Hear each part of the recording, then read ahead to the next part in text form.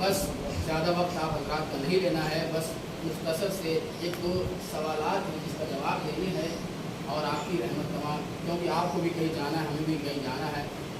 تو یہ عید بدیع، یہ عید اکبر قرآن مجید میں 6666 آیتیں ہیں جو مشہور عامہ ہیں، لیکن سوال یہ پیدا ہوتا ہے جتنی بھی آیتیں ہیں ان ساری آیتوں میں کہیں پر آیت کا انداز، آیت کا نہج، آیت کا طریقہ، آیت کی ٹون بدلی ہوئی نہیں ہے، لیکن جو غدیر والی آیت ہے الیوم اکملت، آخر مسئلہ کیا ہے؟ کیونکہ رسول سفر میں ہے تو آیت اتر رہی ہے، رسول حضر میں ہے تو آیت اتر رہی ہے، رسول میدان میں ہے تو آیت اتر رہی ہے، لیکن سوال یہ پیدا ہوتا ہے کہیں پر اس ٹون میں، یعنی جو اس آیت میں ٹون، جو اس آیت میں لہجہ استعمال ہے، کسی اور آیت میں پروردگار عالم نے کیوں نہیں استعمال کیا؟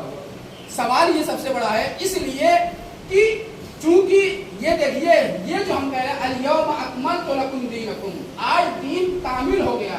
کامل کا مطلب یہ نہیں ہوتا ہے کہ دین اس وقت نامکمل تھا، یعنی ہم جو اور آپ سمجھ رہے ہیں الیوم اکملت لکم دینکم واتممت علیکم نعمتی، اتمم کی جگہ اکملت کیوں نہیں ہوا؟ اکملت کی جگہ اتممت کیوں نہیں ہوا؟ بس دو لفظ ہیں، ایک اکملت ہے، ایک اتممت ہے۔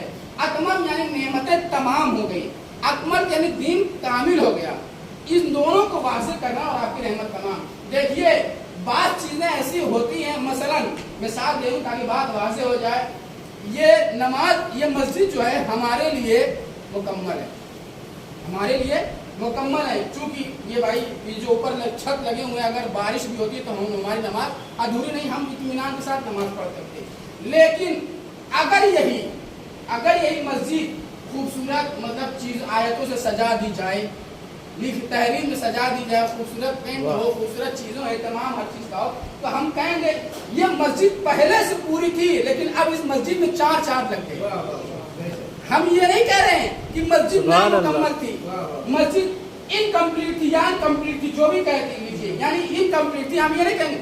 مسجد تھی، پوری تھی، ہم نماز پڑھ رہے تھے، بارش ہو رہی تھی، ہم بھیگ نہیں رہتے، لیکن اسی مسجد میں اور چیزیں نقاشی وغیرہ کر دی جائے تو ہم یہی کہتے ہیں چار چاند لگے اس میں، یعنی مسجد ادھوری نہیں تھی، مسجد پہلے بھی پوری تھی، اب بھی پوری ہے، بس دین کا بھی یہی مرحلہ ہے، دین نامکمل نہیں تھا، لیکن چونکہ اب رسول کا حجت الوداع آخری حج ہے، رسول جا رہے ہیں اس ظاہری دنیا سے، اب چونکہ دین پہلے سے مکمل ہے، دین میں چار چاند لانے کے لیے رسول کو اپنا وسیع چھوڑنا ہے، اپنا جانشین چھوڑنا ہے، اس وجہ سے اللہ نے یہ لہجہ اختیار کیا۔ اب سوال یہ پیدا ہوتا ہے مدینہ مرکز تھا، رسول چاہتے تو مدینہ میں مسلمانوں کا مرکز، مکہ مرکز، جہاں رسول نے ہجرت کر کے مکہ سے ہجرت کی مدینے میں آئے، اس کے باوجود بھی لیکن نہیں، غدیر جو مقام ہے، غدیر کی بہت سی تعریفیں علماء نے کی، اس پر بحث نہیں جانی ہے، صرف اتنا سمجھ لیجئے غدیر وہ جگہ ہے جہاں سے ہر راستے ملتے ہیں، غدیر اس جنکشن کا نام ہے جہاں سے ہر راستے ملتے ہیں، یعنی غدیر ایک طرح سے اتنا بڑا چوراہا تھا جہاں سے ہر راستے ٹچ ہوتے تھے، ہر راستے ملتے تھے، اسی لیے اللہ کا حکم تھا اے رسول آپ یہی اب اپنے حاجیوں کو روک لیجیے، جو آگے بڑھ گئے ہیں ان کو پیچھے بلا دیجئے، جو پیچھے رہ گئے ان کا انتظار کر لیجئے۔ لیکن کبھی جب رسول نے یہ پیغام سنانا چاہا، کیا ہے واللہ یعصمک من الناس، اللہ آپ کو لوگوں کے شر سے محفوظ رکھے گا، کیا رسول ڈر رہے تھے؟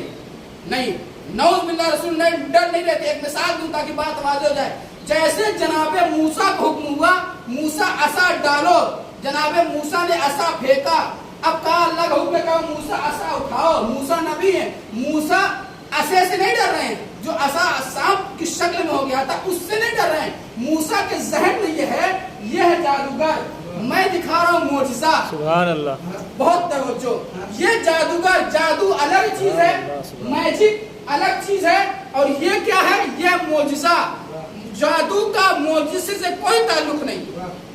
اگر موسیٰ اس وجہ سے ڈر رہے تھے کہ اگر میں اٹھاتا ہوں تو مجھ میں اور ان میں کیا فرق رہے گا؟ یہ خوف جبریل نے کیا کہا؟ موسیٰ آپ گھبرائیے نہیں.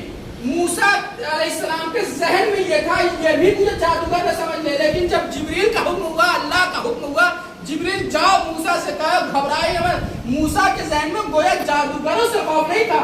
جیسے ہی موسیٰ نے ایسا اٹھایا جادوگر زمین پر گر گئے اور ایمان لائے. آمن نے کیا کہا؟ اے فرعون ہم تمہارے دین پر لعنت بھیجتے ہیں, ہم موسیٰ کے دین پر ایمان لاتے ہیں.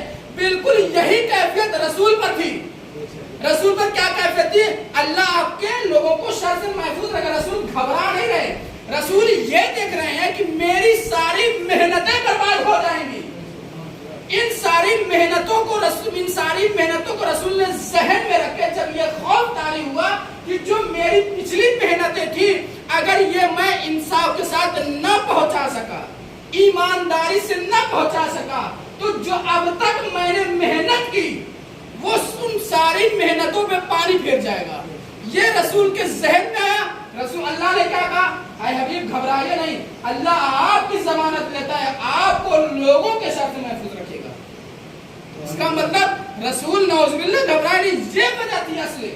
اور آیت اللہ امینی نام حضرات آپ نے سنا جنہوں نے الغدیر کتاب لکھی. الغدیر بہت ہی 10 جلدوں میں جنہوں نے کتابیں لکھی ہیں. 17 گھنٹہ کانٹینیو مسلسل تحریر کرتے تھے, لکھتے تھے. 40 سال لگا تھا انہیں الغدیر کتاب لکھنے میں. سوال کرنے والا اس سے یہ سوال کر رہا ہے کہ آپ عاشور کو اتنے دھوم دھام سے مناتے ہیں, محرم کو ہزاروں سال سے مناتے, وہی نعوذ باللہ گھسی پیٹی وہی ویسے یوں ہی مناتے رہتے ہیں, بدل کیجیے کچھ کیجیے. کہا اگر ہم عاشور کو دھوم دھام سے نہ منائیں تو بالکل ویسا ہی حال محرم کا ہوگا جیسا غدیر کا ہوگا. ہم عاشور کی اس وجہ سے, محرم کی اس وجہ سے دھوم دھام سے منا رہے ہیں تاکہ حسین کا پیغام فراموش نہ ہو. اسی طریقے سے ہم عید غدیر کو اس طریقے سے منائیں گے تاکہ گھر گھر تک ولایت پہنچ جائے.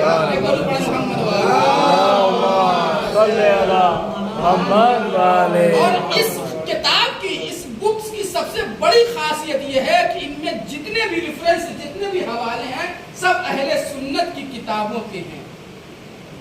سب اہل سنت کی کتابوں سے یکجا کر کے آیت اللہ محمد امین امینی نے 40 سال کی محنت سے, 40 سال کی کاوشوں کے ذریعے سے اس کتاب کو تحریر کیا. 17 گھنٹہ مسلسل وہ تحریر وہ لکھتے تھے اور ساری حوالوں کا, غدیر کی ساری چیزوں کا تذکرہ انہوں نے اس کتاب میں رکھ دیا. وہ یہ کہتے ہیں کہ ہمیں زیادہ سے زیادہ جتنا ہو سکے اہتمام کرنا چاہیے غدیر کا, زیادہ سے زیادہ لوگوں تک پیغام. لیکن شرط وفا یہ ہے غدیر کا پیغام پہنچانا مقصد ہے, اذیت پہنچانا. غدیر کا مقصد پہنچانا ہے, میں اذیت پہنچانا نہیں.